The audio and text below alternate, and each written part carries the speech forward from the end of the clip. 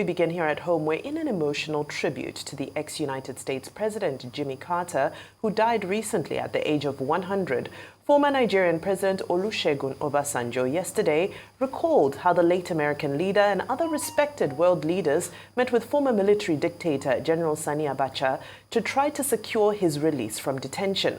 Obasanjo said in spite of the interventions, Abacha remained unbending and reneged on some of the understanding he had with them. Carter, the longest-lived president of the United States and the first to reach the age of 100, died on December 29th last year. Abacha, who died on June 8, 1998, had tried and convicted Obasanjo on what turned out to be trumped-up charges of planning a coup. But Obasanjo's initial death sentence was commuted to life imprisonment. Due to Obasanjo's global rating and recognition, he had many world leaders intervening on his behalf. Highlighting the efforts to secure his freedom, Obasanjo said he could never forget Carter. He said apart from being one of his foreign friends who stuck their necks out to save his life and seek his release from prison, Carter's activities as U.S. president and after he left office for humanity and Africa in particular were unprecedented. Well, this completes a week of very befitting ceremonies held around the world to send off the late American president. Yes, such was his impact on former President Olusegun Obasanjo's life that he held a memorial service of his own 5,000 miles away, as he describes it, here in Nigeria. And for good reason. He had an opportunity during that service to talk about the great influence that former President Jimmy Carter had on his life. We had him here, actually, I think a day after the announcement of President Jimmy Carter, where he had the opportunity to reflect on the lifetimes and legacy of Jimmy Carter. Now, a few things I just want to pick out in terms of lessons, as a way of lessons this morning, or some things that we can pick out from some of the things that President Olusegun Obasanjo said. And one of the things I would talk about is when it was reminiscing on the Abacha years. Abacha was the military ruler of Nigeria from 1993 to 1998, which ended as a result of his death. And a number of people, when they cast their minds back, can remember the horrors of military rule. I say this because now that Nigeria is going through, a process, let me put it that way. Some people have said, oh, military rule, and it's important to not forget very quickly the hardship and the sorrow of the time under military rule, and that irrespective of how imperfect our democracy is today, we must understand that it is perhaps, at least for now, the best form of government for us at the moment.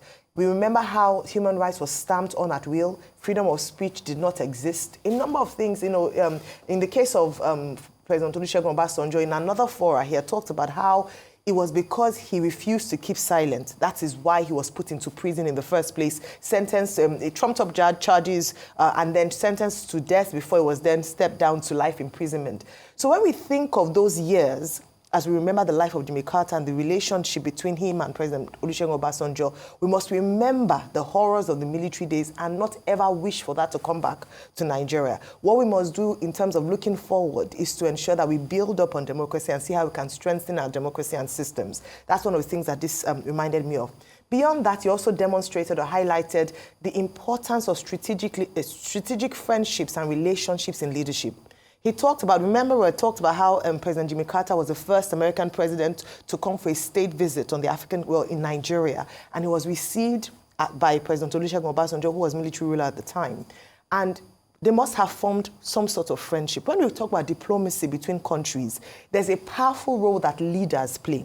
And that's why sometimes we talk about these trips that the president is making, extending. He went to President John Mahama's inauguration and emphasized the friendship they've enjoyed. There's something powerful about personal relationship and the power of the leadership.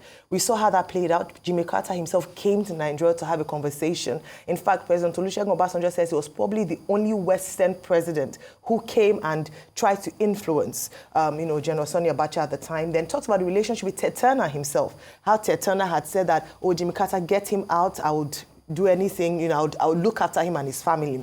The power of relationship. We see that play out today, Donald Trump and Elon Musk. A lot of people might have their ideas about how that relationship plays out, but we see what happens when leaders are able to make strategic relationships. Then it also highlights the power of using your power and influence for good. What we see today, a lot of times, is leaders using their influence and power to oppress the people or for grandstanding. But we can see how that can be used even in international diplomacy, as we see it here, where you can actually have conversations to help when you see an injustice being done or an abuse of democracy. So a lot of things. The President Olusegun Obasanjo described him as righteous, a good man, a man of peace, and this has been the trail for a lot of times, with the life of President Jimmy Carter. So great tribute right there.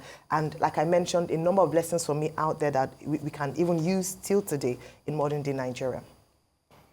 Okay, many years ago, I was a consultant to the Africa Leadership Forum. The Leadership Forum founded by General Olusegun Obasanjo, as he then was. And I wrote many reports, conference reports, symposium reports, and all that. So in other words, I can claim that I know part of the story about President Olusegun Obasanjo being framed by the Abacha administration and being kept in jail for that period and all the travails of that period. And it is indeed the fact that President Obasanjo is establishing that at that time, the international community, family members, they all came around and said, no, President Obasanjo is a global eminent person. He's not the kind of person that you say will work against the interest of Nigeria. But in the wisdom of the Abacha administration, they incarcerated him. And then, of course, world leaders rose and said, look, this is one of our own. This man does not belong to Nigeria. He belongs to the global community, and we can vouch for his integrity. And that was what happened at that time. The African Leadership Forum, for which I worked with my Oga, Ayodele Aderinwale, that's the name of our Oga at that time. We had an international system. We had this broad-based, operation. ALF could operate anywhere in Africa. So the foundation, the forum relocated to Ghana and continued to function. Even while President Obasanjo was in Abacha's gulag. At the end of the day, it came out to show that Abacha was just a brutal dictator, completely fascist, and President Obasanjo was vindicated that he had been framed. Now, one of the world leaders who supported him at that time was President Jimmy Carter. And I think he speaks to President Obasanjo's humanism that he has acknowledged the contributions, the efforts of President Jimmy Carter, now of blessed memory, to have made that effort to speak to the Abacha government. Of course, the Abacha government did not listen to anybody, either the Commonwealth or anybody in the world. But it turned out that the whole of that process played out, and God intervened, and President Obasanjo and others were released from detention. So here, what President Obasanjo did on Sunday, yesterday.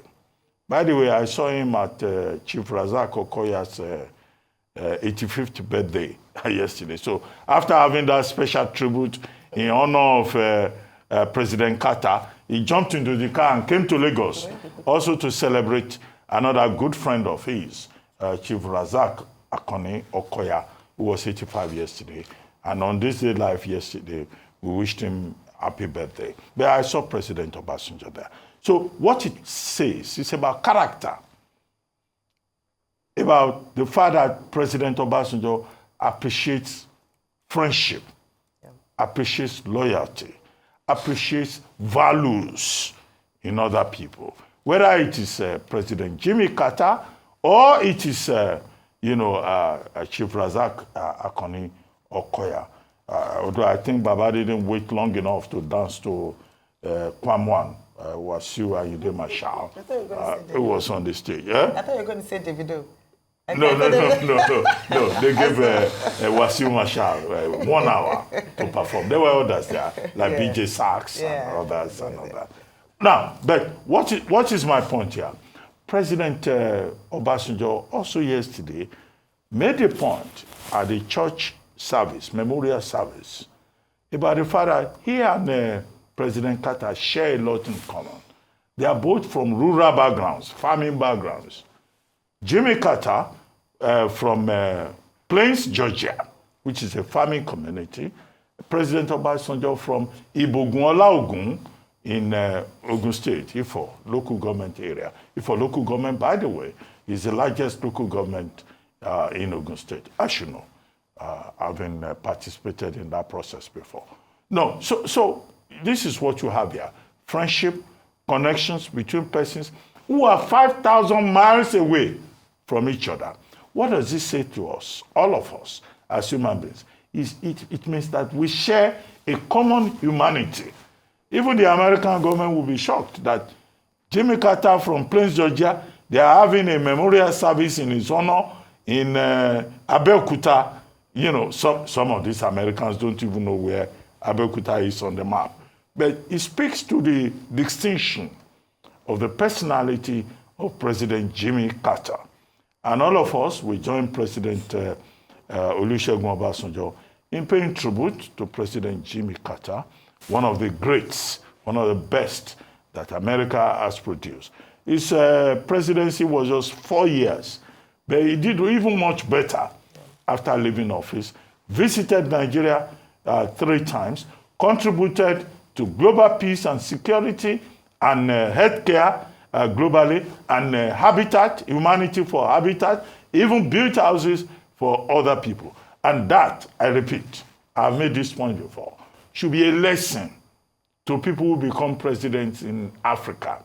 That in fact, after being president, you can even do better after being president by just behaving as a human being and showing that the leadership position that God has trusted upon you means that you are a leader, a statesman, you know, not just in your territory, but across the world. So congratulations to the, the Americans in the sense that, look, they continue to provide leadership, even in terms of the kind of leaders that they produce.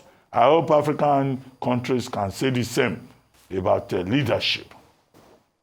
Absolutely. And I think that's a very valid point that you've made, Dr. Abati, that, you know, statesmanship or leadership is not about holding a position or being in office. It's a character, it's a lifestyle that one imbibes no matter where they are at the time. And of course, that is part of the legacy that we've spent the past few weeks celebrating where Jimmy Carter is concerned. Of course, my colleagues have gone into great detail to explain the relationship between Jimmy Carter and President Olusegun Obasanjo, and in turn Nigeria, and of course sub-Saharan Africa as well, because he played a very pivotal role when it came to the independence of Rhodesia and working towards bringing apartheid to an end. However, what struck me is the fact that our young people are not getting this information firsthand. Why are they not? Because in 2008, history was struck off of the Nigerian curriculum. Now, in 2018, under then Minister of Education, Adamu, he did try to bring it back. So the proclamation was made and it went through the process. However, it was never implemented. So in Nigerian primary schools and secondary schools, history is still not being taught as a compulsory subject. It has just been relegated into social studies as an afterthought. Now, I say to myself, how do we engage in nation building when our young people are not conscious of our history? I always speak of the phenomenon of born frees, the people who are born after this period who have no recollection of what may have transpired or how it transpired, and their only access to that is through history. I know President Tinubu, through the Minister of Education, the new Minister of Education, Mr. Tunji Alausa, declared at the beginning of this year that they would be implementing the return of history into Nigerian education as a compulsory subject at both primary and secondary school. And I do hope that they stick with this because, of course, this announcement has been made before. What is the value of this? The value of this is that if we don't know where we're coming from, how can we steer this ship to where we want to go? We have fantastic statesmen like the former President Olusegun Obasanjo, who's always ready to use himself as a resource. But what about the other statesmen who carry our nation's history with them, who carry these types of stories with them, but are not so free in sharing as President Obasanjo is? Then historians need to dig into that so that these stories do not die. These stories need to be passed on to generations and generations. We always speak about what is going on with patriotism, what is going on with the state of national orientation. But what do you expect when you now have young adults who don't even know the basic history of how Nigeria was formed and how we got to where we are today? How do you even demand better governance when you don't know where you're coming from and you don't know how things used to be and how we got to where we are today? So for me, I know that former President Obasanjo is a lover of history. Of course, you see it adorned all over his presidential library, which is a fantastic fixture. It's something you must see. Make the trip to Abeokuta. I think it's a great tourist destination. And the history is in the corridors of that place, and it's beautiful to behold. But my question is, in our classrooms, what is the effort that is being made? The children in the United Kingdom learn about all of their kings and queens. In America, they teach you about all of the United States and how they came to be. In South Africa, they teach you all about Nelson Mandela. Even in Zimbabwe, we go as far as back to our ancient history, and they'll tell you about King Munumutapa and how he led the Shona Empire, how it came together with the Ndebele Empire, and so forth. So for me, my plea today is, yes, we're happy to hear that the announcement has been made that history will be returned to the curriculums, but let it be implemented to the last details so that stories that are instrumental to our history and our national identity, such as that shared by former President Obasanjo, do not die.